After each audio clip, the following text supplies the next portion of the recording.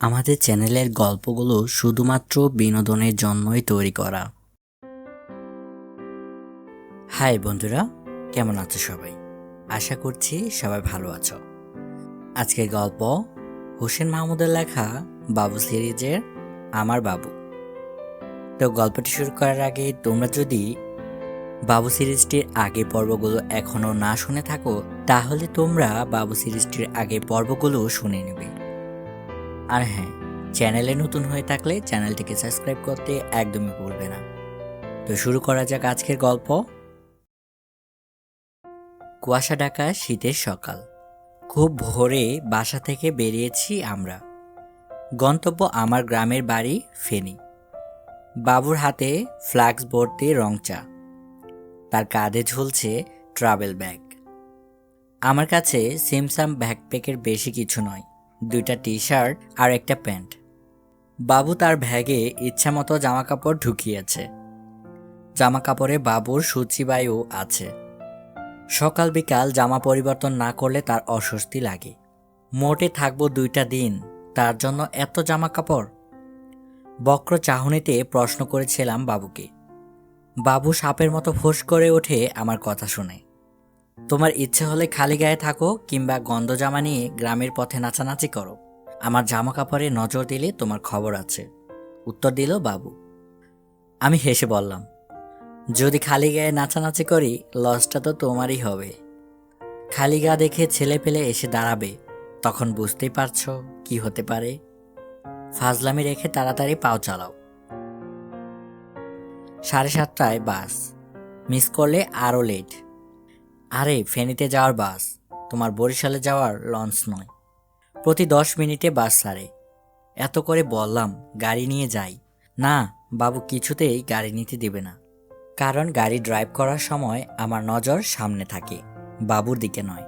তার ইচ্ছা পুরো রাস্তা সদ্য বিয়ে করা কাপেলের মতো কুটুর কুটুর গল্প করবে আর কথার বানে আমার মুন্ডু ভাঙাবে।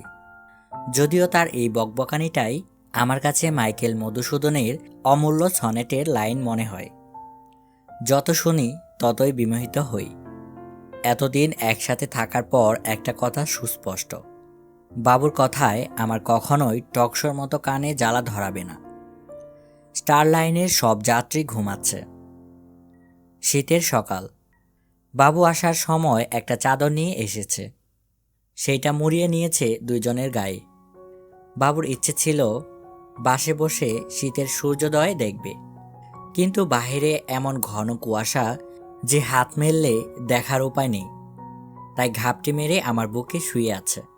চাদরের জন্য আমার বাদরটাকে দেখা যাচ্ছে না, কিন্তু বাদরটা এই শীতের মাঝে আমার ব্লেজার ফাঁক করে শার্টের বোতাম খুলে ইঁদুরের মতো বুকের লোম নিয়ে চুপচুপ করছে। আমার বুকে বেশি নয়, হালকা পশম আছে, আর বাবু এই পশমগুলো নিয়ে খেলতে ভীষণ ভালোবাসে। একদিন দুপুরবেলায় ভাত ঘুম দিচ্ছিলাম, কথা বলতে বলতে কোন ফাঁকে আমার চোখ লেগে এলো।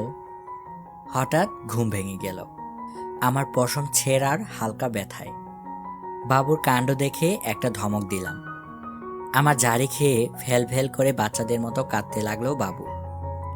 হঠাৎ করেই কাঁচা ঘুম ভাঙায় আমার রাগ চটে গেল। এদিকে বাবু হচ্ছে ভীষণ জিদি।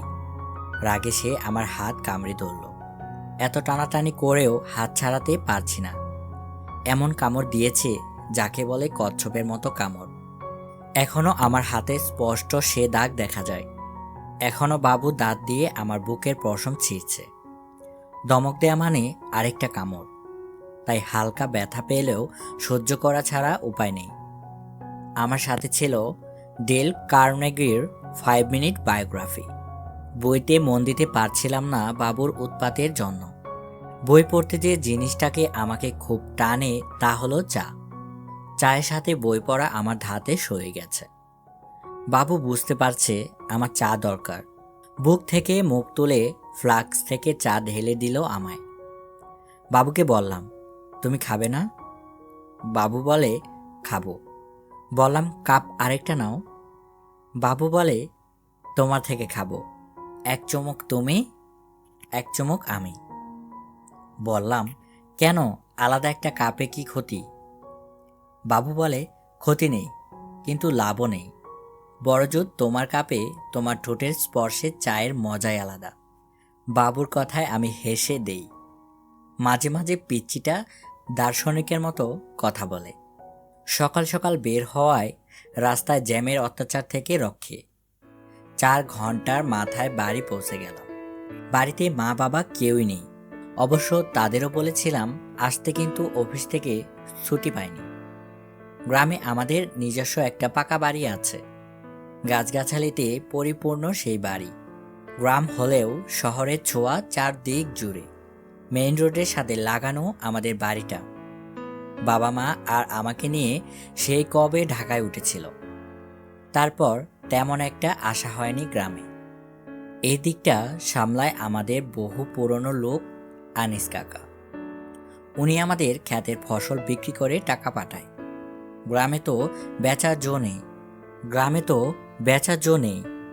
নিবে, তবে পয়সা ঠকাবে না কেউ। পুরো গ্রামে চোরের আখড়া। আমরা আসার কথা আগেই মা আনিস কাকাকে জানিয়ে দিল, যেন থাকা খাওয়ার ব্যবস্থা ভালোভাবে করে। আনিস কাকার কাণ্ড দেখে বাবুর চোখ কপালে। আমাদের পুকুর থেকে জাল ফেলে বিশাল সাইজের কাতল মাছ তোলা হয়েছে। আনিস কাকার বউ খুব ভালো রান্না করে। তার হাতে বাটা মশলায় শিং মাছের ঝোল অমৃত। একবার খেলে স্বাদটা সারা জীবনের জন্য জিভে লেগে থাকবে। চাচিকে বলতে হবে শিং মাছের ঝোল করার জন্য। খাওয়া দাওয়ার পর আমার রুমে গেলাম। আমার রুমটা এখন আর আমার নেই। সেই এসএসসি পরীক্ষার পর এই ঘরে তেমন একটা থাকা হয়নি আমার। আজকে আমার বাবুকে নিয়ে এলাম। শীতকালে খাওয়ার পর শরীর ছেড়ে দেয়, ইচ্ছে করে গরম কাঁথার নিচে গা এলিয়ে দিতে। বাবু ইতিমধ্যে 2 বার জামা পরিবর্তন করে ফেলেছে।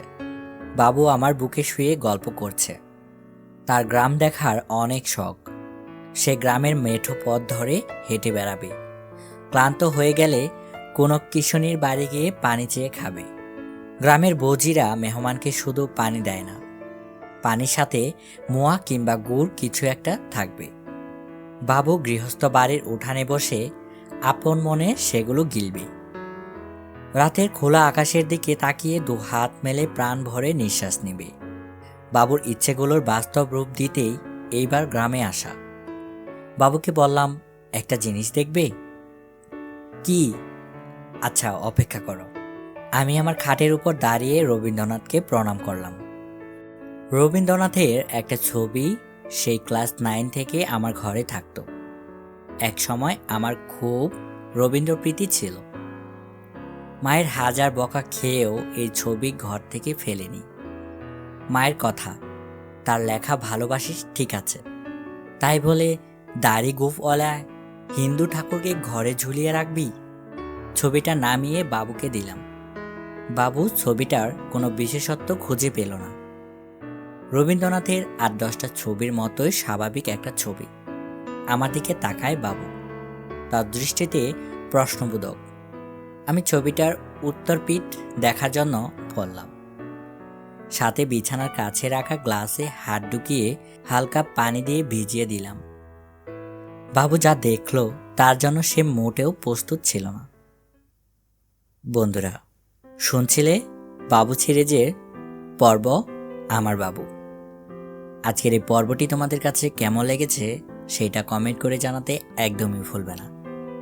গল্পটি ভালো লাগলে একটি লাইক অবশ্যই দিবে। শীঘ্রই ফিরছি গল্পটির পরবর্তী পর্ব নিয়ে। সে পর্যন্ত সবাই ভালো থেকো আর বাংলা স্টোরি সাথী থেকো। বাই।